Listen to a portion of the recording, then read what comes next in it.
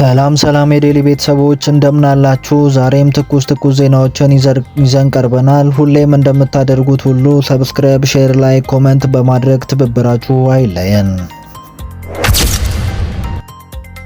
በምስራቅ አርሲ አንድ ቤተክርስቲያን ካህን በታጣቂ መገደላቸው ተሰማ። በምስራቅ አርሲ ዞን ሮቤ ወረዳ ቤተክርስቲያን የገብረ ሰብ ደብረ መድኃኔዓለም ቤተክርስቲያን አገልጋይ የሆኑት ቀሲስ ተስፋዬ ረታ ቅዳሜ ዕለት ምሽት ላይ በታጣቂዎች መገደላቸው ተዘገበ። ቅዳሜ ሰኔ 21 2017 ታጣቂዎች በአሰቃቂ ሁኔታ እኚህን ካህን ከመግደላቸውም በላይ ባለቤታቸውንም በተመሳሳይ እንደገደሉ ተገልጿል። ካህኑ ከልጅነታቸው አንስቶ በቤተክርስቲያኑ ሲያገለግሉ የቆዩ ሲሆን በፊት በድቁና አሁን ደግሞ በቅስና በማገልገል ላይ የነበሩ መሆናቸውን በቀብር ስነ ስርዓታቸው ላይ ተነግሯል። የካህኑ የቀብር ስነ ስርዓት ትላንት ሰኔ 22 በሮቤ ደብረ ጽዮን ቅዱስ ማርያም ቤተክርስቲያን ተፈጽሟል ሲል ማህበረ ቅዱሳን ቴሌቪዥን ዘግቧል። ግብፃውያን ፕሮፌሰር በህዳሴው ግድብ የተነሳ ካርቱም ጎርፍ ሊያጋጥማት እንደሚችል ገልጿል። ግብፃውያን የጂኦሎጂ የውሃ ሀብት ፕሮፌሰር አባስ ሻራኪ በፌስቡክ ገጻቸው ባሰፈሩት መልእክት በካርቱም አቅራቢያ የሚገኙ የአባይ ወንዝ ተፋሰሶች በመጪው ነሐሴ ወር ከፍተኛ ጎርፍ ሊያጋጥማቸው እንደሚችል አሳስበዋል።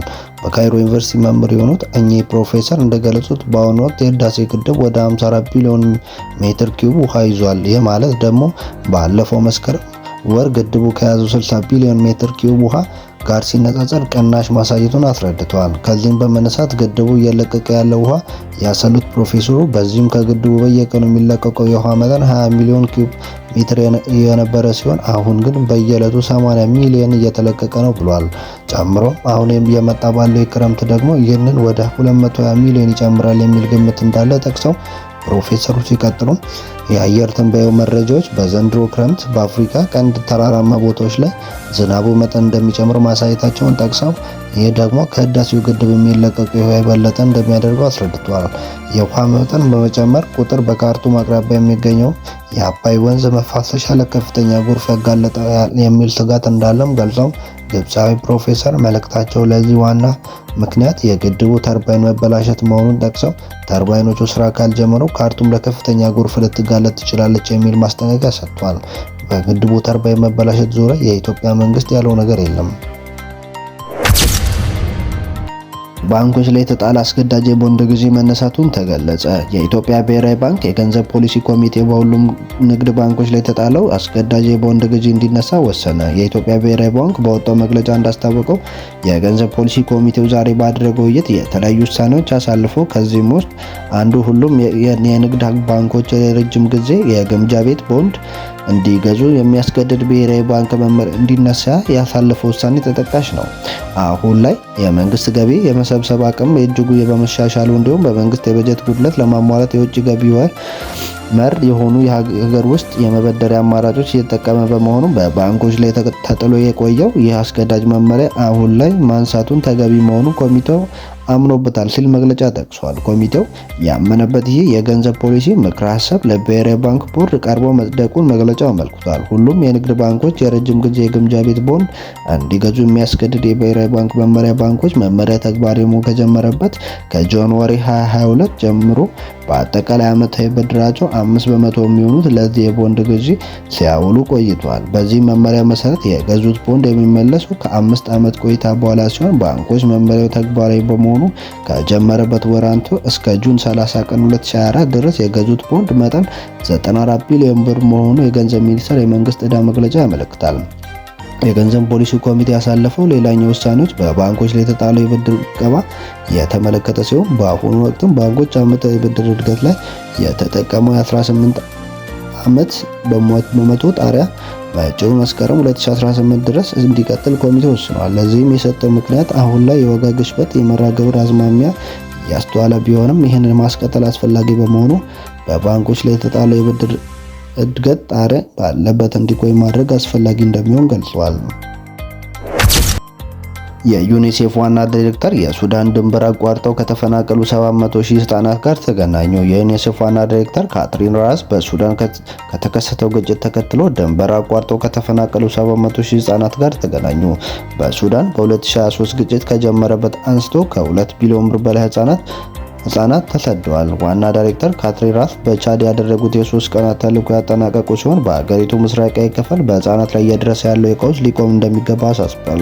በሱዳን ግጭት የተፈናቀሉት ህጻናት ቁጥር ከ2 ሚሊዮን በላይ የደረሰ ሲሆን ይህም በ2023 ግጭት ከተጀመረ ጊዜ አንስቶ ወደ ምስራቅ ቻድ የተሻገሩት ከ700 ሺህ በላይ ህጻናት ያካተተ ነው።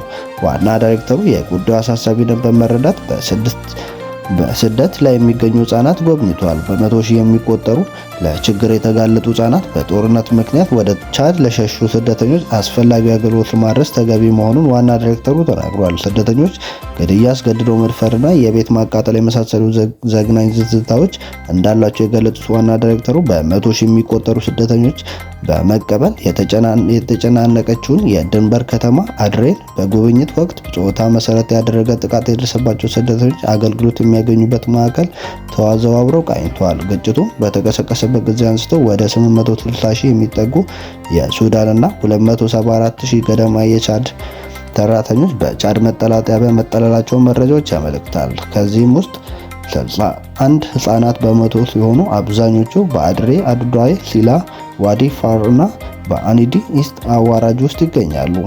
ምንም እንኳን የቻድ መንግስት የሰብአዊ እርዳታ አጋሮች ለችግር መፍትሄ ለመስጠት ከፍተኛ ጥረት ቢያደርግም የቀውሱ መጠን ከአቅም በላይ ሆኗል ተብሏል። እንዲሁም በአሁኑ ወቅት በምዕራብ ዳርፉር አካባቢ የተከሰተው የኮሌራ ወረርሽኝ ወደ ቻድ የመዛመት እድሉ ከፍተኛ መሆኑን ተነግሯል። ችግሩን በመፍታት ለማህበረሰቡ እየተሰጠ ያለው ድጋፍ በማስፋት ለሁሉም ህጻናት በአንድ መቆም አለብን ብለዋል።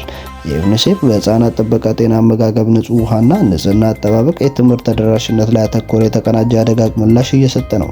ይሁን እንጂ የገንዘብ ድጋፍ ክፍተቶች መኖራቸውን ለሰብአዊ እርዳታ ምላሽ 114 ሚሊዮን ዶላር ይፈልጋል። እስካሁን ባለፈው ሂደትም 34 በመቶ የገንዘብ ድጋፍ መደረጉን ታውቋል ሲል ዩኒሴፍ አስነብቧል።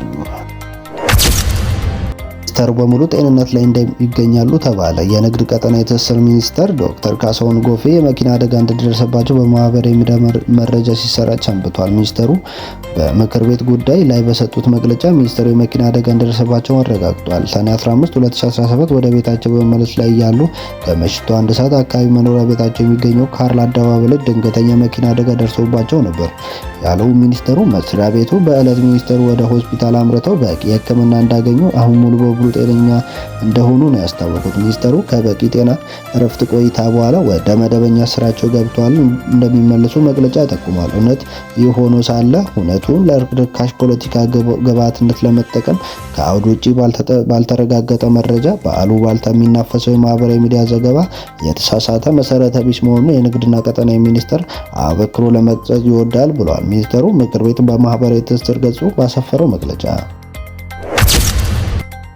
ቅድሚያ ለሰብአዊ መብቶች የተሰኘ ተቋም በአዲስ አበባ በትግራይ ተወላጆች ላይ የሚፈጸመው እስር እንዲቆም አሳሰበ። ይህ ድርጅት ዛሬ ባወጣው መግለጫ በመንግስት አካላት በተለያዩ በአዲስ አበባ ፖሊስ የትግራይ ተወላጆች ላይ ተደጋጋሚ እስር፣ እንግልት እየደረሰ መሆኑን ገልጾ ይህ እንዲቆም ጠይቋል። የታሰሩት እንዲፈቱ፣ በወንጀሎች የሚያስጠረጥሯቸው ጉዳይ ካለ በህጉ መሰረት ፍርድ ቤት እንዲቀርቡ ያሳሰበው ድርጅቱ የዘፈቀደ እስር በትግራይ ተወላጆች ላይ እንዲከናወን የወሰኑት ትዕዛዝ የሰጡት እየፈጸሙ ያሉ አካላት ውሳኔውን ተግባር በመመርመር በህግ ተጠያቂ እንዲሆኑ ብለዋል። 7500 የልብ ህሙማን ወረፋ እየጠበቁ ነው። የኢትዮጵያ የልብ ህሙማን ህጻናት መረጃ ማዕከል 7500 የሆኑ የልብ ህሙማን ወረፋ እየጠበቁ እንደሚገኙ ገለጹ። የማዕከሉ ሜዲካል ዳይሬክተር ዶክተር አልአዛር ኃይሌ እንደገለጹት በኢትዮጵያ የልብ ህሙማን ህጻናት መረጃ ማዕከል 7500 የሚሆኑ የልብ ህሙማን ወረፋ እየጠበቁ ይገኛል። ወረፋ እየጠበቁ ከሚገኙት ውስጥ ከ2000 በላይ የሚሆኑት ከወለዱ ጀምሮ የሚከሰት የልብ ህመም ተጠቂ ህጻናት መሆናቸውን አመልክቷል። የልብ ህሙማንን ለመርዳት ለማዕከሉ የሚበረከቱ ግብዓቶች ከፍተኛ ሚና እንደሚጫወቱ ገልጸው ለማዕከሉ አስፈላጊ የሆኑ ግብዓቶች ሙሉ በሙሉ ከውጭ እንደሚገቡ ጠቁመዋል። በተለይ ባላቂ የህክምና ግብዓቶች በየህፃናት ኪሎ ልክ እንደሚገዛ የጠቆሙት ዳይሬክተሩ በድጋሚ መጠቀም የማይችሉ ግብዓቶች መሆናቸው የህክምና አደገኛና ማድረጋቸውን ተናግሯል። ግብዓቶቹ ዋጋቸው እጅግ በጣም ውድ መሆኑና የልብ ቫልቮች፣ ልዩ ልዩ ማሽኖች፣ ልዩ መድኃኒቶች እንዲሁም የልብ በማቆም የሚሰሩ ቀዶ ጥገናዎች የሚሉ የተለያዩ ግብዓቶች ለማዕከሉ ወሳኝ መሆናቸውን አስረድቷል። ድጋፍን በማድረግ የምትፈልጉ ሰዎች 7710 በመጠቀም በግልም ሆነ በቡድን ታማሚዎችን በመጎብኘት ታማሚዎቹ ሙሉ በሙሉ በከፊል ስፖንሰር በማድረግ እንዲሁም ከማዕከሉ በሚገኝ ዝርዝር መሰረት ግብዓት አቅርቦት መደገፍ እንደሚችሉ ጠቁሟል። ፍርድ ቤቱ የተዋጊ ጀቶች ክልሎች ለእስራኤል ለማስተላለፍ የቀረበ የውሳኔ ሀሳብ ውድቅ አደረገ። የእንግሊዙ ፍርድ ቤት የኤፍ-35 ተዋጊ ጀት ክፍሎች ወደ እስራኤል ለማስተላለፍ የቀረበ የውሳኔ ሀሳብ ውድቅ አድርጓል። የእንግሊዝ መንግስት የኤፍ-35 ተዋጊ ጀቶች አካላት ለእስራኤል ለመላክ ውሳኔ አሳልፎ የነበረ ቢሆንም የሰብአዊ መብት ተሟጋች ቡድን ውሳኔው ለዓለም አቀፍ ሕግና የጄኔቫ ስምምነት ላይ ጨምሮ ግዴታቸውን የሚጥስ ሕገ ወጥ በማለት ሲከራከር ቆይቷል። በዚህም የእንግሊዝ ፍርድ ቤት የመንግስት ውሳኔ ውድቅ አድርጎታል። የእንግሊዝ የመከላከያ ሚኒስትር ጆን ሄሊ እገዳው የኤፍ-35 ፕሮግራም ላይ ተጽዕኖ እንደሚያሳድር እና በዓለም አቀፍ ሰላም ደህንነት ላይ ከፍተኛ ተጽዕኖ እንደሚኖሩ ተናግሯል። የእንግሊዝ መንግስት እስራኤል ዓለም አቀፍ የሰብአዊ ሕግጋትን ሊጥስ እንደምትችል ካረጋገጠ በኋላ አንዳንድ የወታደራዊ ኤክስፖርት ፍቃዶች አግዷል ሲል አልጀዚራ ዘግቧል። ሰብስክራይብ፣ ሼር፣ ላይክ፣ ኮሜንት በማድረግ ትብብራችሁ አይለየን። እናመሰግናለን።